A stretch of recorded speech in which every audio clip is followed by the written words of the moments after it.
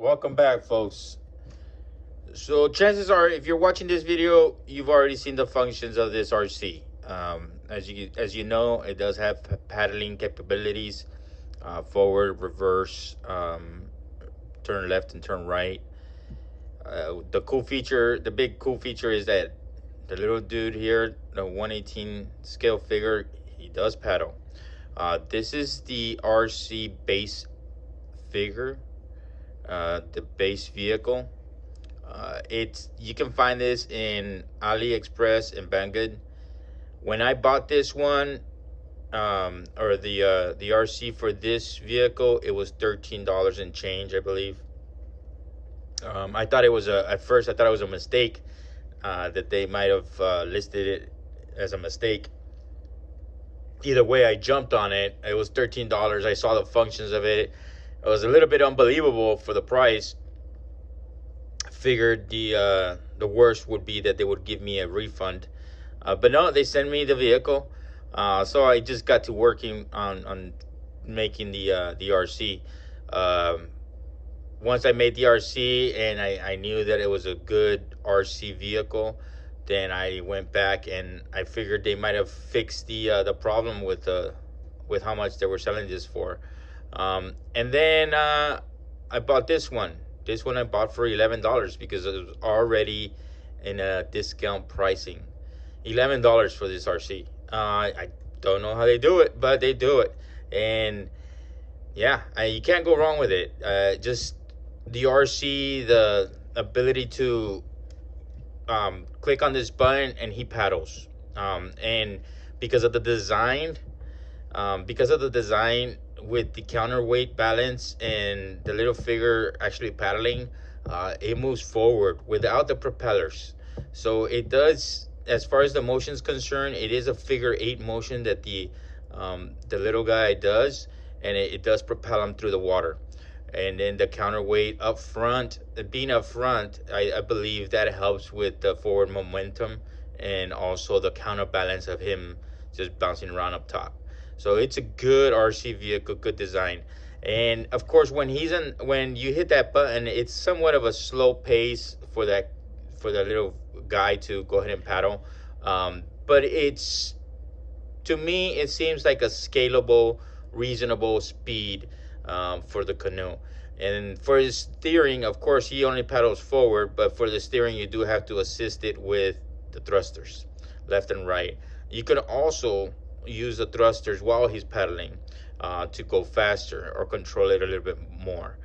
So that's a pretty cool feature. Once you hit the button again, he stops rowing, and now you can control it with just the thrusters. As far as this being a toy grade, I feel like I have pretty good control with the speed.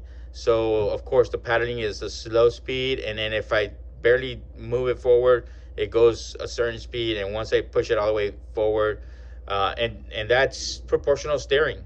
I know it's broken up in between these two, but it still seems to me like it's proportional steering. It functions like a proportional steering RC, which is a little bit higher than the toy grade, the toy grade definition for me. So again, Banggood, AliExpress, I wanted to have this RC toy in hand, that way you can see it, because sometimes these RCs are generic brand RCs, and sometimes they are listed by different names. Even within the same website, they'll have them in different names.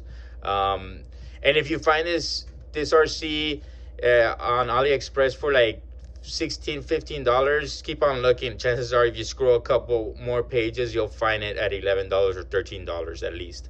It's weird why they do that. I don't know. Maybe they're just like Amazon, they have multiple distributors. Who knows?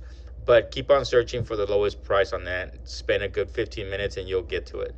As far as the build is concerned, you folks know that I try to maintain the integrity of the RC that I'm working with. One of the biggest areas that I did want to protect was, of course, the propellers and the counterweight as well as these connections right here. This is the recharge port for a rechargeable battery that has, and also these two little knobs. These knobs are the on-off switch. So once you put it in water, it closes the circuit between these two, and then it has power automatically. There's no on-off switch that's exposed. And of course, when I started the RC, when I started the project, I wanted to see if I could keep the rolling motion. That was just going to be a plus. I wasn't too sure if I was going to be able to maintain it, but it worked out. So I did want to protect as far as his movement, so I didn't want to destroy anything of the sort. Once you take off these screws, and I took off these screws, it separated the top from the bottom. So the top being the orange portion, and then the bottom being the white portion. Once I had the white portion, I put cardstock. So I laid it on cardstock, and then I drew the outline on the cardstock. And then I cut out that outline, so now I have a silhouette. I had a silhouette of the canoe. Once I had that, I just made sure that I drew a line on the gig line for the canoe that I was going to work with, which is this Chatmia. I drew a line right down the middle. That way I knew, I kept a bilateral symmetry for the canoe itself. Once I had that line, I overlaid the cardstock that I had traced out, and I made sure that it was as center as possible, so I could try to maintain that streamline of a canoe. Once I had the outline drawn on this canoe, I took the Dremel and I basically cut out that section. And then I took the bottom portion, the canoe bottom portion, and then I glued it. It's gonna be rough, and it's okay. Once I glued it wherever I could in order for it to be stable, then I tried to put in like little strips of plastic in order for me to fill in the gaps, and then use the glue and the aggregate that I use, which is Johnny Weld. I'm sure you folks are familiar with that stuff because I constantly highlight it in my videos. And so it did extend the body. It did add some beefiness, as you can tell. This is the original one that I used, and you could tell how much added material there is in the bottom. I knew that it was gonna have that effect. I knew, and I wasn't about to fight it and integrate it completely into the hull. I did want a little bit of extra, just from my other builds, from my water moccasin RC that I did, the G.I. Joe water moccasin, the Devilfish. I know that I have to add extra material on the bottom in order for me to displace more water, because a toy, it doesn't weigh that much. It's not realistic. It doesn't have metals. It doesn't have, all the materials that a real canoe would have. And then the added weight and whatnot for the figures. So I do understand that, the larger the body of the vessel, the more water it displaces and the more stable it becomes, as far as its functions are concerned. So once I had a rough patch of both of the vehicles together, then I went back and I filled in with Apex epoxy. I just luckily have one. The Apex epoxy, this is a 2-part, so there's a second part to this one. You just mix them together and they act like a clay, and it gives you about a 15 to 20 minute work window where it's malleable, so you can put it on and then just smooth it out as best as possible.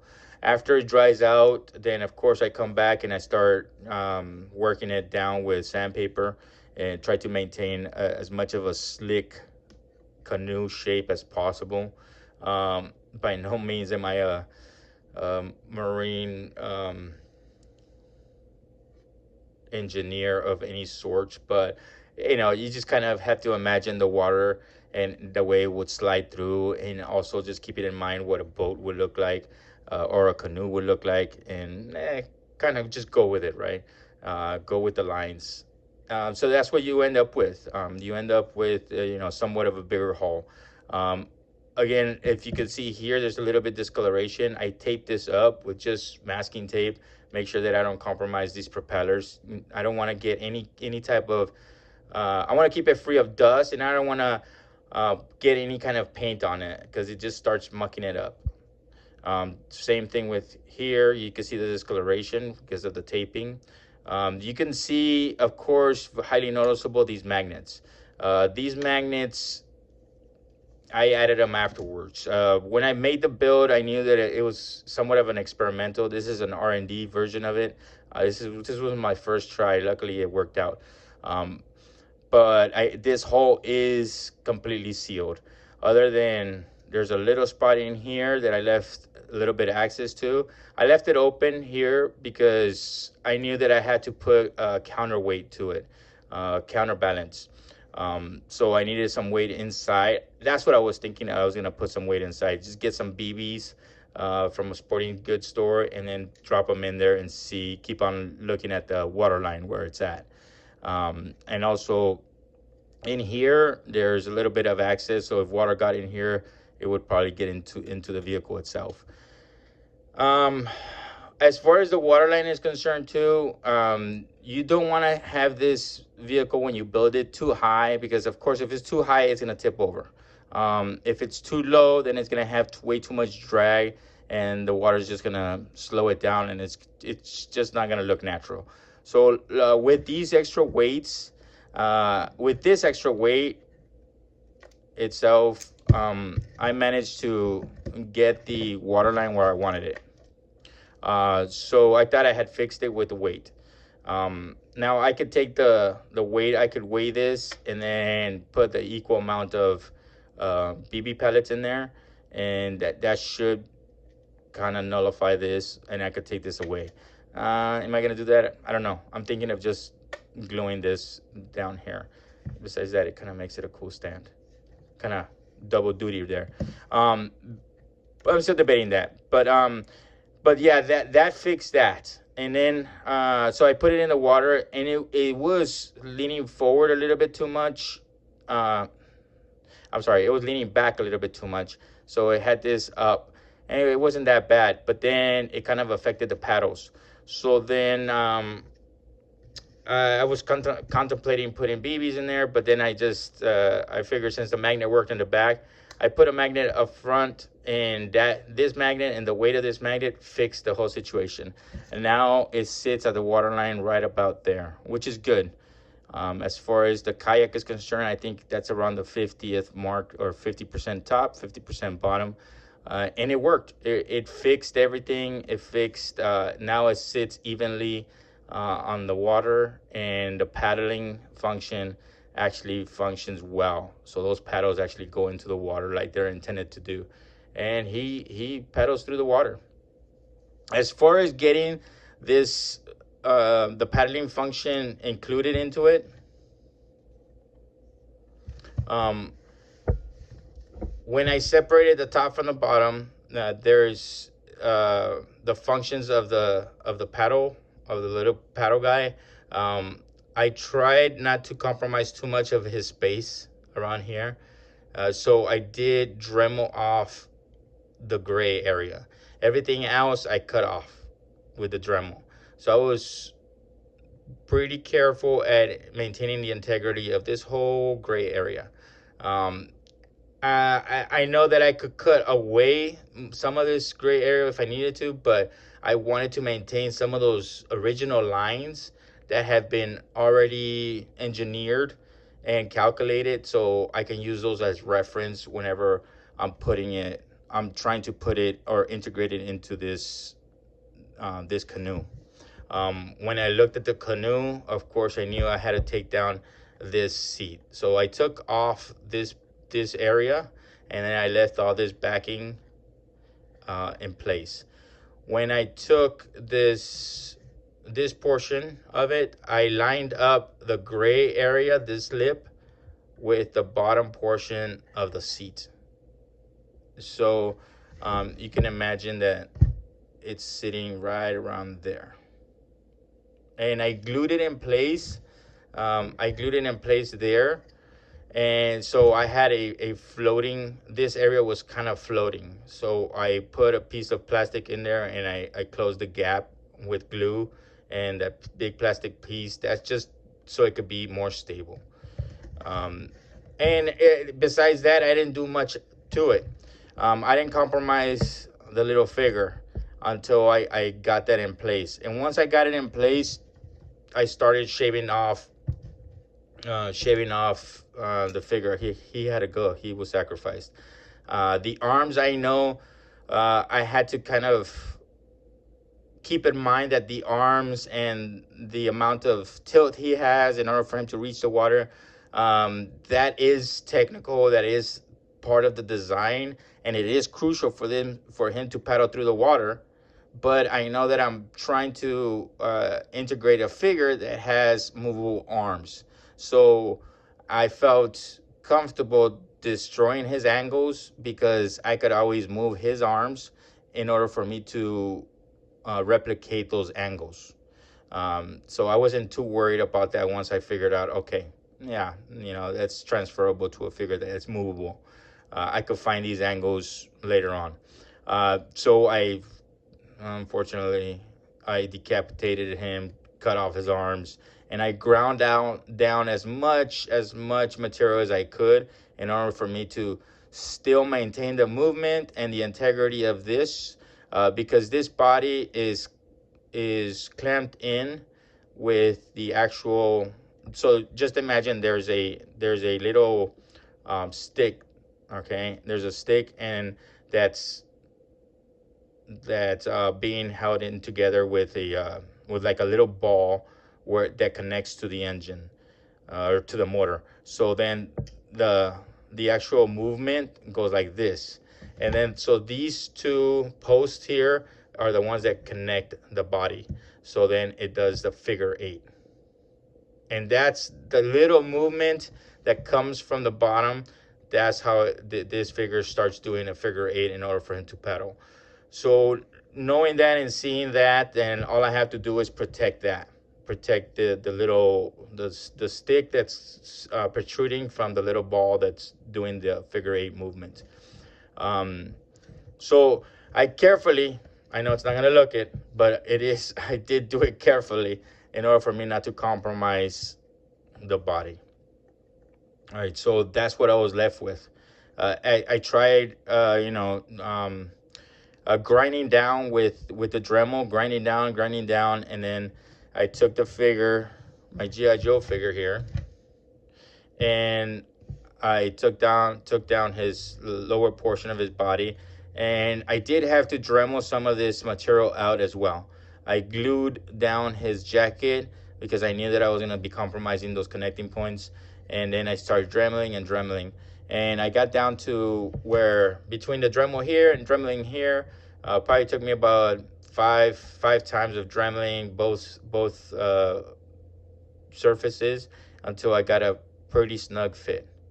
Um, I'm still not sure if I'm gonna glue them in place. Gluing in place is gonna allow me to um, ensure that he's always gonna be functioning. Gluing his arms the way they are right now would solidify him to the canoe. It's good. I hate doing that. I hate seeing a figure that's in an RC vehicle that's static and is never going to be used. Besides that, I need to make a trailer for this in order for it to be towed behind a vamp, or an Arctic vehicle. So it just I don't want to close out um, my options, right? My future options. But besides that, if I take off the body, the top portion, I could put a cover here, and it looks like a regular canoe that's being transported. When they transport canoes, usually folks like to cover up this area just with a tarp or something. So that's kind of neat. So chances are I'm just gonna leave it like that. One of the biggest things that lessons learned that I came across is that I sealed this whole canoe. There's no more accessibility to the battery other than the ports for the recharging. So this vehicle is going to be good only for the lifetime of the battery. LiPo batteries nowadays, they last for a very long time. These these toys weren't necessarily made to last a lifetime, and because this toy doesn't have accessibility to that battery. In order to change the battery, I had to open this up, and now I don't have that ability to do that here. So on my future project, I am looking to modify that. I am gonna look to get a portion of this area here. There's some angles here that I can work with where I can cut it and make a lid for it. Try to make a waterproof lid where I can open that up and have access to that battery. Put some connectors on that battery in order for me to swap it out if I need to. I still want to maintain the same type of battery and same charging port, but I could still make connections in order for me to remove and replace that battery whenever it goes bad. After like, I don't know, 50, 60 uses or 2 years, depending on the storage of that as well. That has a lot to do with the lifetime of the battery. So that's one of the things. Also, when I had access to the electronics, one of the smart things that I should have done was waterproof my electronics. There's some folks out there, if you look up waterproofing electronics for RCs, there's some folks that use clear nail polish. They use that to make circuit boards waterproof. Definitely look up those videos, and they have some good tips. I um, I, uh, I reference them as duty experts for that field because I haven't tried doing that as far as waterproofing. It seems like a pretty easy procedure to do. You could also use Plasti Dip, and just dip the circuit board in Plasti Dip, and that might be able to do it as well. Um, but the clear nail polish, I definitely want to try. I'm gonna try it when I work my next one. As far as that's pretty much for the RC. That was, I mean, it's clean, it's clear cut, it's fairly easy. It's a little bit labor intensive to do the RC change, but there's nothing real difficult about it. I do appreciate all the comments, but I mean, this engineer, the toy engineer, he did an amazing job being able to get that paddle motion. And then I think this part here, this forward counterweight balance, it's genius. This is a stroke of genius for this toy. I think that his rowing doing the figure eight is good, but it wouldn't work without this counterbalance. That's why I say this is a very important portion of it.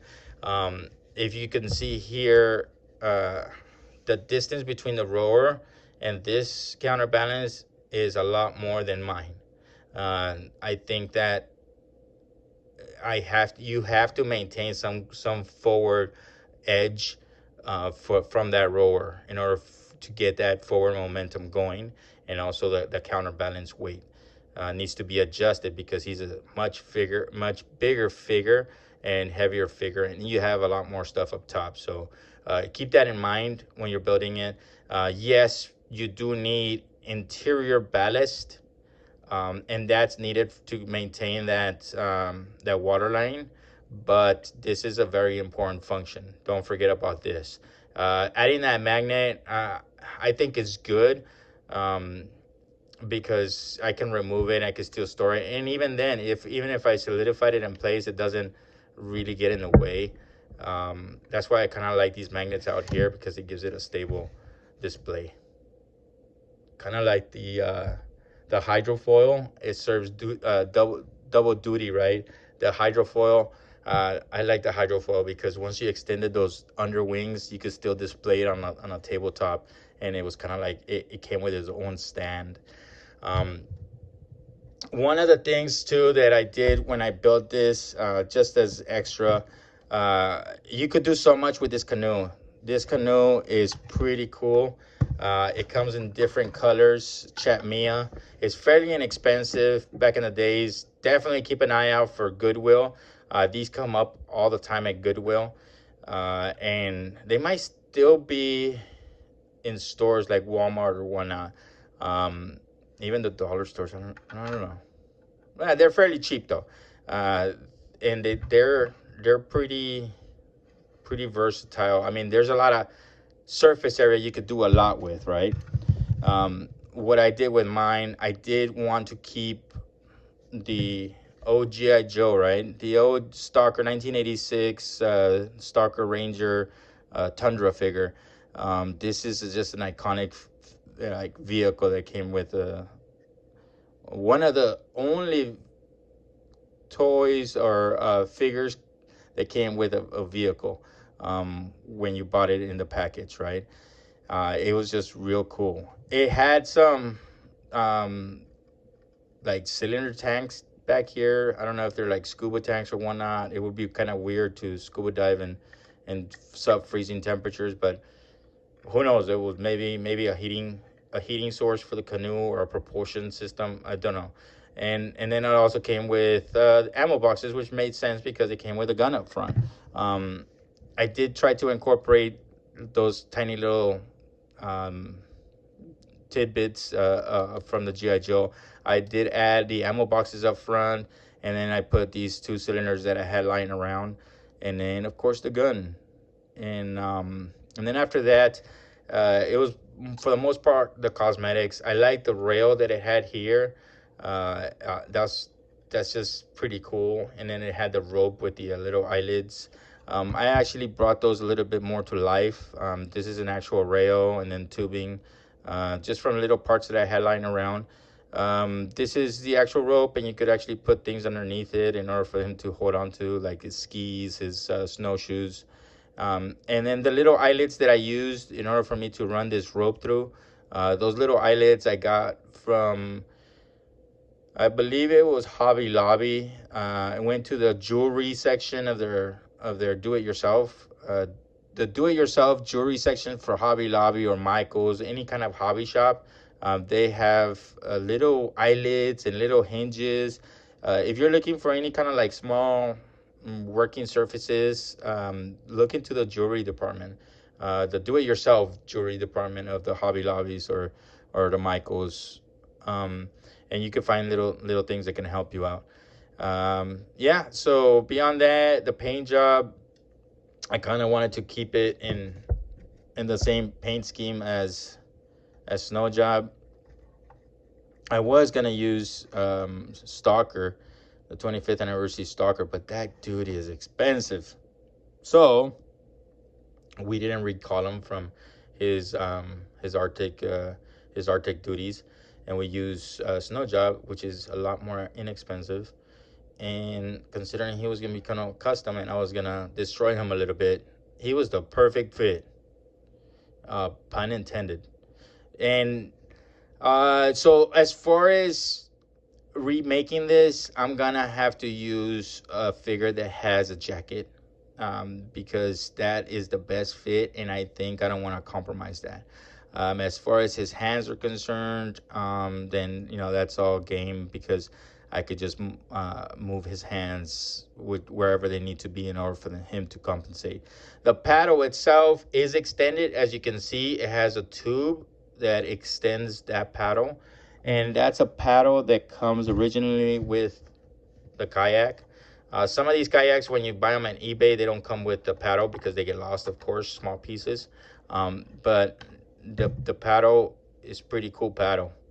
But I did cut it at the first knuckle, and then I just used a tube, an aluminum tube, and to extend that and make it into what you see here.